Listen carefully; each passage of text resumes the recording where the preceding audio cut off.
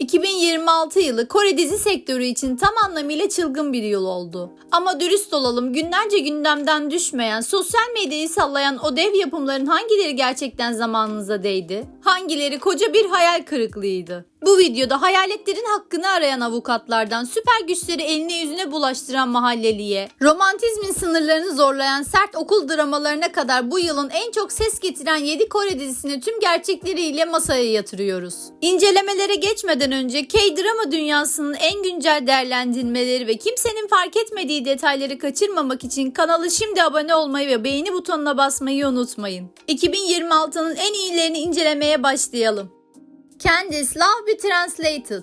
Çok dilli bir tercüman ile aniden uluslararası üne kavuşan bir kadın oyuncunun yolları küresel bir romantik seyahat programının çekimlerinde kesişir. Farklı dilleri konuşan isimleri bir araya getiren bu yapımda tercümanlık görevini üstlenen erkek ve başrolü paylaşan kadın arasında beklenmedik bir çekim filizlenir. Farklı kültürler ve diller arasında köprü kurulurken asıl zorluğun kelimeleri aktarmak değil, duyguları doğru ifade etmek olduğu anlaşılır. Yapım klasik romantik komedi kalıplarıyla başlayıp ilerleyen bölümlerde derin bir psikolojik drama dönüşür. Her insanın kendi özgün dilini konuştuğu ve aşkın sadece sözcüklerle değil empatik anlayışla tercüme edilebileceğini vurgulayan eser 2026 yılının en dikkat çekici yapımları arasında yer alıyor. Spring Fever.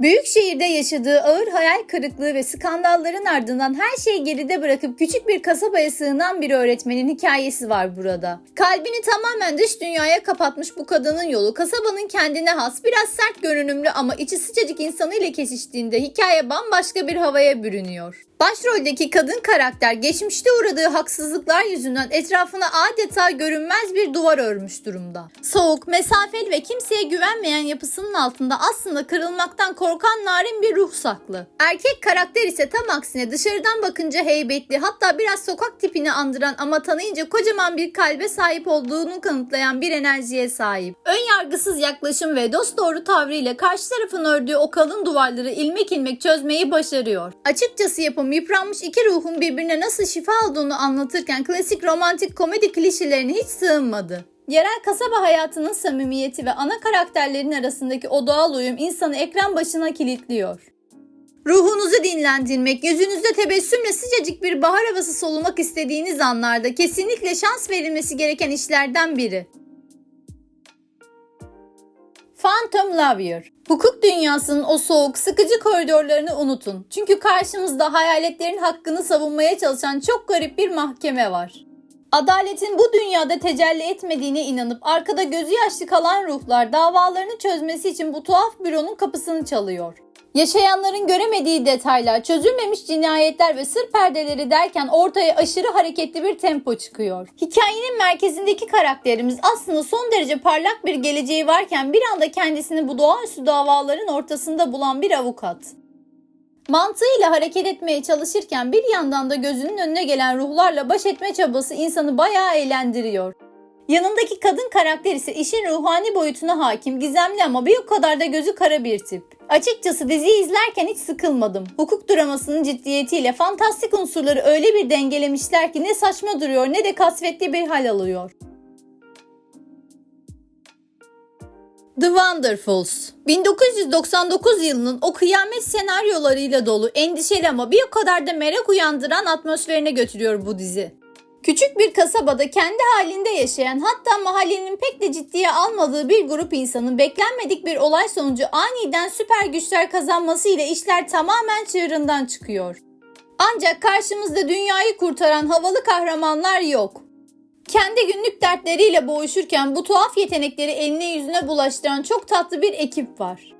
Ekibin başındaki kadın karakter kasabanın en sakar ama bir o kadar da pes etmeyen hayat dolu ismi. Kazandığı yeteneği bile ilk başta kendi küçük işlerini kolaylaştırmak için kullanmaya çalışacak kadar bizden birisi.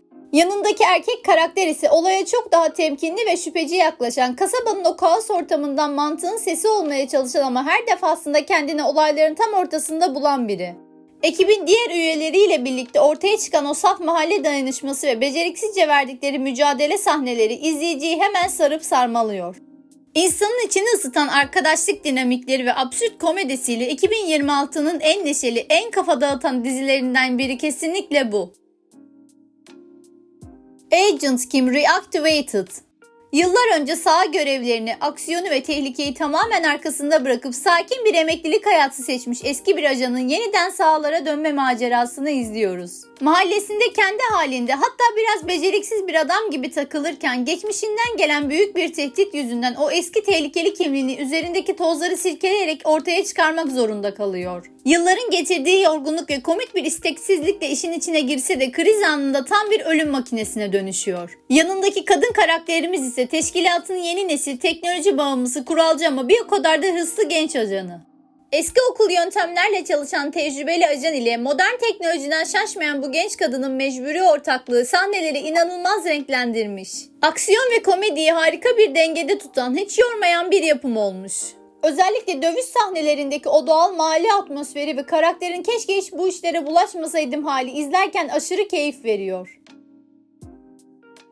Perfect Crown. Moda dünyasının lüksün ve ihtişamın arka planında dönen kirli oyunları masaya yatıran bir hikayeyle karşı karşıyayız. Dışarıdan bakıldığında kusursuz görünen dev bir tekstil imparatorluğunun miras kavgaları ve sahnelerin ardındaki acımasız rekabet gözler önüne seriliyor. Kadın karakterimiz sektörde kendi tırnaklarıyla kazıyarak yükselmiş, tarzından ve duruşundan taviz vermeyen aşırı hırslı bir tasarımcı. Geçmişte yaşadığı ihanetin bedelini ödetmek için attığı stratejik adımlar ve soğukkanlı tavrı sahneleri bayağı yükseltiyor. Karşısındaki erkek karakter ise o şatafatlı dünyanın tam ortasına doğmuş, holdingin varisi olmasına rağmen aile şirketinin kirli geçmişinden tiksinen biri.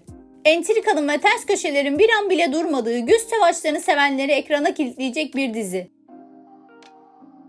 En beğendiğim diziyi ise sona sakladım. Eğer bugüne kadar izlediğiniz tüm okul dizilerini unutmaya hazırsanız sizi favori dizimle tanıştırmak istiyorum. Teach You a Lesson. Bu dizi bildiğiniz klasik gençlik dramalarından çok farklı. Eğitim sistemindeki aksaklıkları, zorbalığı ve disiplinsizliği öyle cesur ve gerçekçi bir yerden ele alıyor ki ilk dakikadan itibaren sizi ekrana kilitliyor. Diziyi asıl devleştiren ise ana karakterimiz olan öğretmenin muhteşem tavrı. Karşımızda otoritesini sadece kurallarla değil, sarsılmaz adalet duygusu, zekası ve tavizsiz karizmasıyla kuran bir öğretmen var. Ne zorbalığa boyun eğiyor ne de sistemin arkasına saklanıyor. Haklıya hakkını teslim ederken gösterdiği o soğukkanlı duruş izlerken adeta içimizin yağlarını eritiyor. Temposu hiç düşmeyen kurgusu, derinlikli karakter analizleri ve sarsıcı toplumsal mesajları ile bu dizi sadece bir okul dizisi değil. Adaletin nasıl sağlanması gerektiğini gösteren muazzam bir başyapıt. Eğer hala izlemediyseniz kesinlikle çok şey kaçırıyorsunuz. Mutlaka listenize eklemelisiniz. 2026'nın en çok konuşulan, heyecan dolu ve izlenmeye değer Kore dizilerini sizler için detaylarıyla inceledik. 2026'nın Kore dizileri arasından sizin listenize giren veya izlemek için en çok heyecanlandığınız yapım hangisi oldu? Yorumlarda bizimle paylaşabilirsiniz. Bu tarz güncel dizi tavsiyelerini ve detayları kaçırmamak için videoyu beğenmeyi, kanala abone olmayı ve topluluğumuzun bir parçası olup bize destek olmak için katıl butonunu tıklamayı unutmayın. Ayrıca hype butonuna ücretsiz tıklayarak bu videonun daha fazla Kore dizi severe ulaşmasını sağlayabilirsiniz. Bir sonraki videoda görüşmek üzere.